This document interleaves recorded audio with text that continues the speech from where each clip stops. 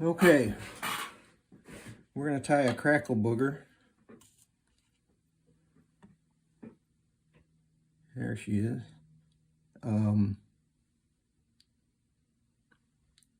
This was a pattern that one of the guys in the club that moved to St. Louis, he was a deacon, I think, in Catholic Church and moved to St. Louis, and he presented this to the club in like 2008. But I like it a lot. So I usually tie this in a size 14 TMC 200R, but I didn't have any of them, so I'm tying it in a size 12, and the hook I'm using is a Bass Pro WR002, which is a curve shank 3X long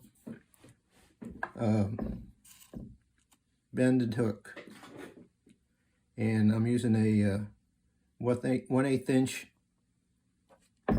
black tungsten bead. So we'll see if we can get started here. And 8/0 thread, black thread. And I'm going to put a bunch of wraps on here because the bead that I have, I got at Weaver's, a bulk pack of those, and they have a big hole drilled on the inside, but they sink just as good and they're a lot cheaper. Then take it back to the end of the hook, which is hard to find on these curved hooks a little bit, but it's like anything else. If you take it back to where the thread hangs down to where the barb would be if I hadn't crimped it down, that's pretty close. Then I'm going to take some brown rabbit fur off of a rabbit strip, and that's the kind of a different twist that this fly has on it than a woolly booger, is that get rid of the fluff, is that it's got this little tail instead of getting rid of the real big ones that are sticking out. And the idea is that it's using it instead of a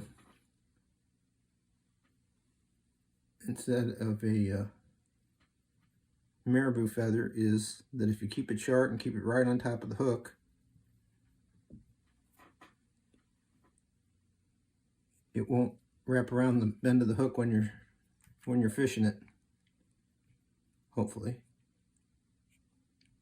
So get that on top of there, and it still moves pretty good in the water, but rabbit fur it does. Rabbit strips.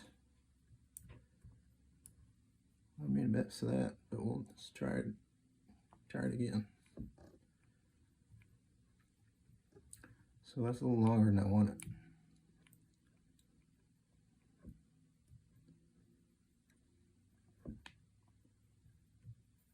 There we go.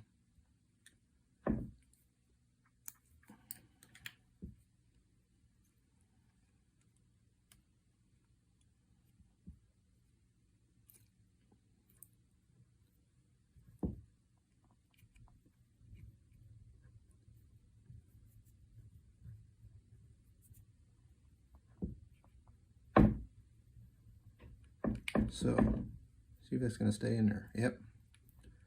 Then the next thing is a brown hackle size 12 that we're going to palmer over the fly. See if I can keep from tying in the point of the hook.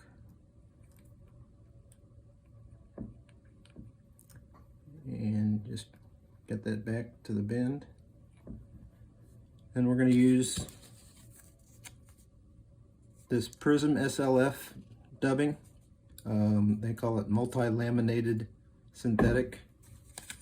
It's really sparkly stuff, and it's chocolate brown color. So I got some pulled out here, and you just need a little bit. Stuff's slippery, kind of hard to get started. Looks like we did that. All right.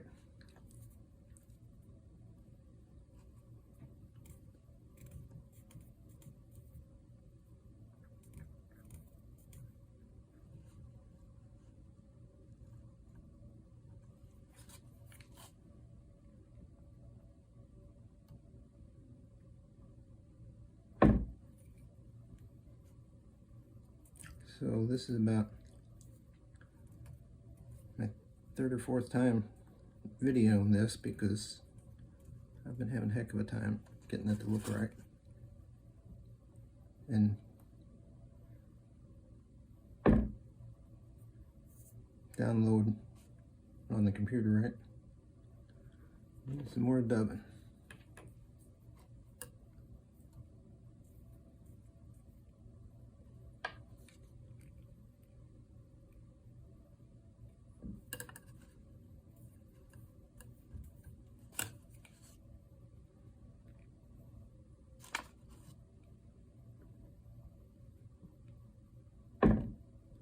Okay, just a little bit left. Might as well use it.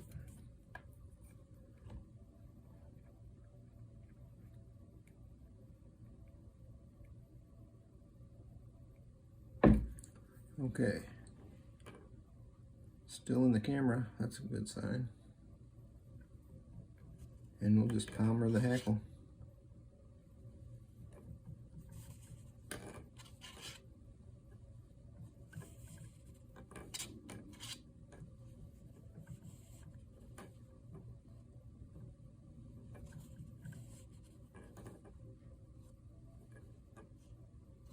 This thing doesn't have a peacock curl along the back like a crackleback, but it sure has some shiny dubbing that looks like peacock, and lots of it.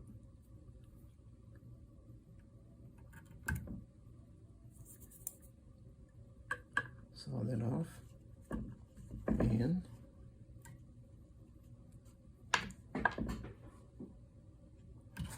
whoops, trying to lose it.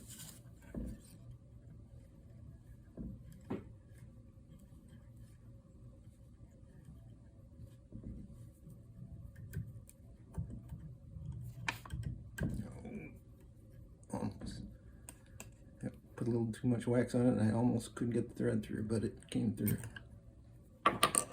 Okay, so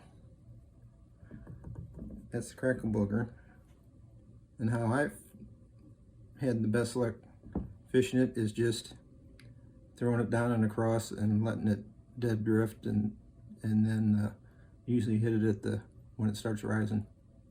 And also, if the stream's narrow enough, like at one of the trout parks,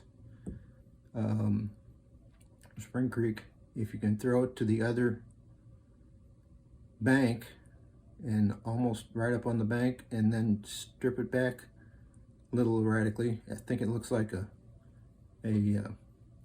crackle or a crawdad, and the fish do too because they'll chase it. So anyway, have fun.